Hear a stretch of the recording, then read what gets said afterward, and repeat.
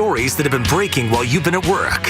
This is the Larry O'Connor Show. Oh, my gosh, I'm negligent. We didn't get Hogan's Heroes set up for Larry Hogan, the governor of Maryland. It's his theme song, his walk-on theme music, and, Come Governor, on, Larry. That's part of my contract. I know it. I apologize. It's my bad. I'm a little under the weather. I got the flu. I'm going to give you excuses. You know, I got a little something, too, so we'll just kind of limp All right, through good. All right. Governor Hogan, thanks for joining us as always. Listen, the unbelievable jobs numbers came out today. 298,000 new jobs in February, 100,000 in the manufacturing and in construction. How's Maryland looking jobs-wise? Any of those jobs coming our way? Well, we're looking great. Our numbers are going to be out next week, and I think we're going to show a big jump in Maryland. We've been adding jobs every month since I've been governor, 73,000 jobs. We've got our unemployment down to 4.2%. I think we're going to have probably over 90,000 new jobs by the time we get the next report in. That's what we're hoping for. And as far as manufacturing goes, we went from losing about 30,000 jobs, manufacturing jobs in the previous administration, and we now have created more manufacturing jobs than all the states in the Mid-Atlantic region added together. Wow. And now you've put together this jobs initiative, right? Mm-hmm. Yeah, we have a jobs bill that would, we've done really well with private sector job growth in Maryland, but there are a couple of places where unemployment is still higher than it is in the rest of the state, and they haven't seen the great turnaround, like Baltimore City, the Lower Eastern Shore in Western Maryland. So we've got a bill that would try to encourage manufacturers to go into those places where people really need jobs and are ready to get to work. It would waive all state taxes for 10 years for a company that would go in there and create manufacturing jobs. Oh, well, that's got to get some people's attention, I think, especially people in Virginia. Well, that's what we're hoping. We'll take them from wherever we can get them. Well, and so now, given that, listen, I know that you're putting there. Well, where are we? About midway through the legislative section? Believe it or not, we're almost two-thirds of the way through. Oh, my gosh. 30-some days left, and it's a 90-day session, so we're coming down to the wire. And so now I got to think, when you propose something like that makes a lot of sense and obviously is going to help everybody in Maryland, and it's all about new businesses coming in and new manufacturing, you're going to get cooperation. But I've seen so many roadblocks from the Democrats over in Annapolis, and they come up with these ridiculous pieces of legislation, like, wanting to give the Attorney General the right to sue the White House without your approval. It's are the distractions over now? Are they actually getting to work? Not quite yet, Larry, but we're hopeful that in the last 30 days or so, we'll get some of these things done. I mean, the jobs bill, I can't imagine how any legislator in their right mind is going to vote against jobs in the places where we desperately need them. And we have a number of things that we're trying to get done, but you're right. They just this session have introduced 32 pieces of legislation to take power away from me as the governor. Yeah. 70-some times since I've been governor, they've done it. And as you just pointed out, for the first time since 1864, since the Civil War, they changed the powers of the Attorney General. Yeah.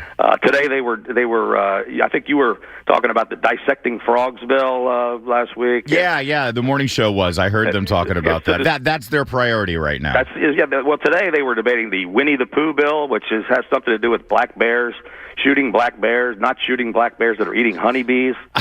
I mean, I'm serious.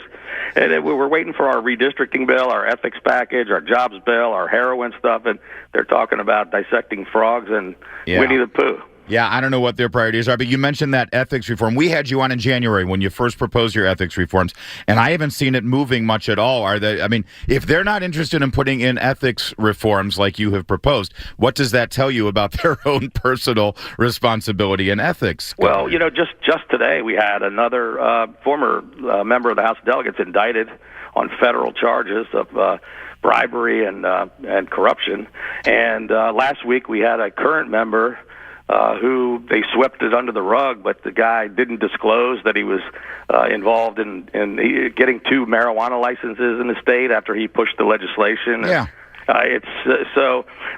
We've had 3 different indictments of current, former, and prospective delegates. One was about to be sworn in.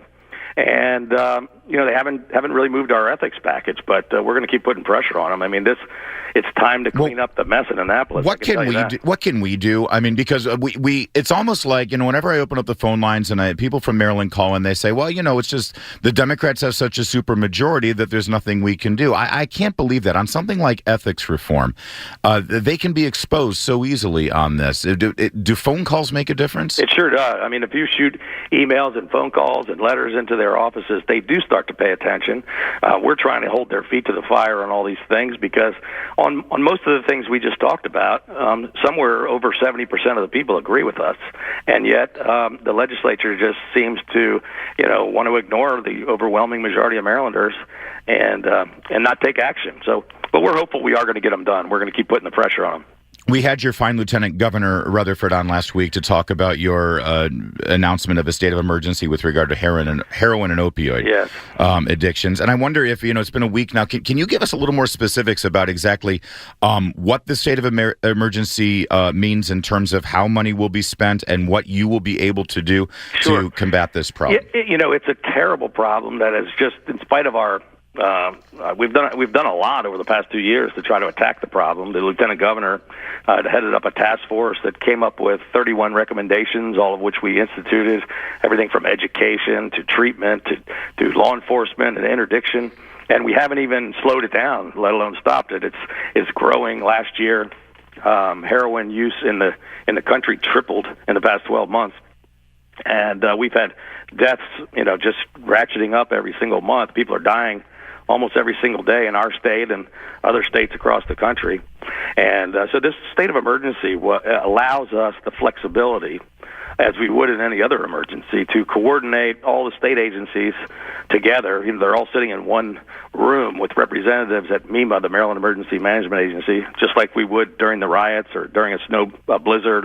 And they're working with the local governments and trying to make sure that we're sharing information and providing support back and forth and bringing all the everything we have to throw it at this problem. But it really is going to take the federal government's going to have to get involved as well. This is not something that any state can solve by themselves. Well, have you talked to the White House? I know President Trump made those. I mean, he actually took this up in New Hampshire. He was one of the few. He and Governor Christie both talked about it quite a bit in New Hampshire, I remember. Yes. 2 weeks ago, we had the National Governors Association, and we had 46 governors from around the country all together. We talked with Secretary Price and with Vice President Pence and with the President about this issue and a number of others. And it is something that they are focused on, and we're hoping to get some help from the federal government. All right, Governor Hogan, it's always good to talk to you, sir. I feel like it's a renaissance for the name Larry right now in America. Well, I think it is. Between the two of us, we have been able to make Larry cool again. I think it was always cool, but it's even cooler than ever, I think. Right. Hey, by the way, now that you're big time with the afternoon show, you don't have time to become the crab czar? Oh, no. Oh, I am spending a lot of... I'm actually increasing my crab cake czar activities. Good. Well, we're anxious to get you down here in Annapolis. Well, we're trying to... It looks like we're going to be able to do that in the next month, sir. We will be there. Great. Okay, Larry, thank you. Always good to have you, Governor Larry Hogan.